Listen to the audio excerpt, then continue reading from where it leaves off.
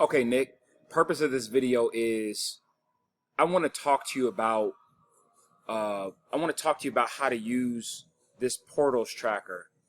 And again, the thing that I want to show you with this is like how to use this with your, so you got a weekly, a daily, and a weekly, and you got a monthly. You got these 3 points that we need to kind of bang out. So let me just explain it. So here's your Tuesday, right? And again, I didn't change anything. I just kind of adopted this over. I didn't really change anything. So 8:30, you got morning setup. You get there at 8:30, but that task takes about 20 minutes to set up, right? You're going to coach boot camp at 9, 60 minutes. You got PT with Susan, 45 minutes. And notice how I said 45 because you don't train her for an hour. FEO nurture, text message retention, break, clean the entire gym. You're going to send a text to me of the cleaning checklist checked off. That takes 2 minutes. And I kind of have all my different points in here of things that you got to do. You got to coach, and at the end of the day, you're going to send me email confirmation. So I want to talk to you about a couple things today. First things first, you got a monthly task list too. I think I went over this in another email, but basically programming has to get done. And programming doesn't have a set time and a gap, right? So if you look at this, your daily, weekly has a set time and a gap, 9 a.m., 8:30, 11:30, 12:15. It's set times that you got to get this stuff done. Your monthly tasks don't really have that. And that's kind of the problem with this. There's no set time to get this done. So as a head coach, you would say, like, what do I got to do to get the task done? Well, you kind of just look at your schedule. I noticed today that on Tuesday, you don't got to coach the boot camp because Randy's taking the boot camp, right? That's a free 60 minutes. I'm going to take that 60 minutes and I'm going to take it and do something in this programming adaptation. There's something in this that I can kind of bang out. Like, I mean, just look at it. It's 60 minutes to coach. I could take that same gap and I can do, I think you can create the CrossFit calendar. You can load the primary things into Train You and share that, even though it needs a SOP. There's things that you can insert in the gaps, right? Or even, FEO nurture. You did FEO nurture yesterday. It usually takes 30 minutes. From my perspective, if you did it yesterday outside of this schedule, this is a free 30 minutes right here. I'm taking that 30 minutes and I'm just prioritizing it into one of these tasks, right? Again, the expectation is these are the things that I need done. This is my expectation. And, I want nothing less than a 1 in every one of these boxes, right? If I don't have a 1, you're not meeting my expectation. In order to get programming done, you got 18 tasks to do, and I expect those 18 tasks done on the dates that they're supposed to be done.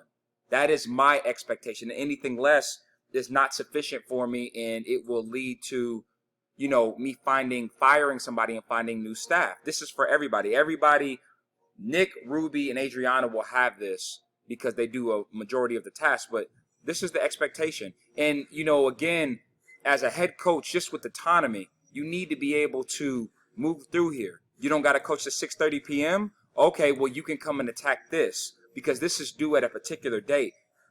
You go home when there's nothing to do. I have an hour gap that I have paid my money for, 40 to 50 hours a week or 40 hours a week, whatever you want to call it. You have to assess. If I'm not coaching 6:30 a.m., my priority shifts to my monthly task. I'll trade that out for creation of primary movements. It's a straight trade-off. And then ultimately, what I'm looking for at the end of the shift is this. Email owner that portals have been closed. So I'm going to go back through this thing.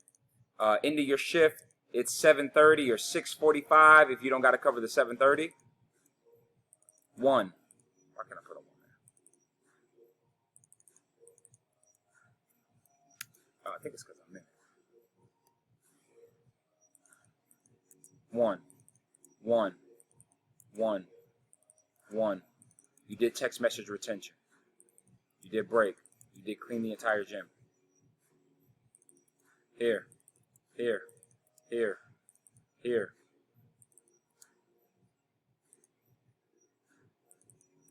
One. So when I add that up, how many tasks do you need to complete the day? 1, 2, 3, 4, 5, 6, 7, 8, 9, 10, 11, 12, 13. So it looks like there's 12 tasks. I'm going to come over here, and I actually put it in the wrong gap. It's actually Tuesday. 12 tasks to complete, and I'm going to move all these ones over because I actually put them in the wrong column.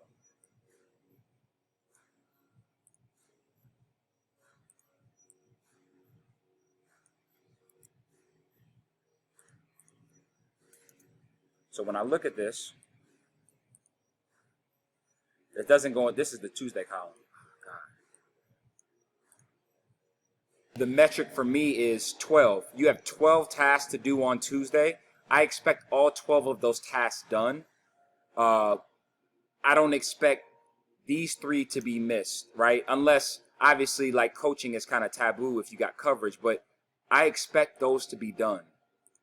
Again, if I see this, I'm frustrated. If I see this, I'm frustrated. I need 100%. That is the expectation that I want. If you can't deliver it, this is not the place for you. I want 100% tallies on all your tasks.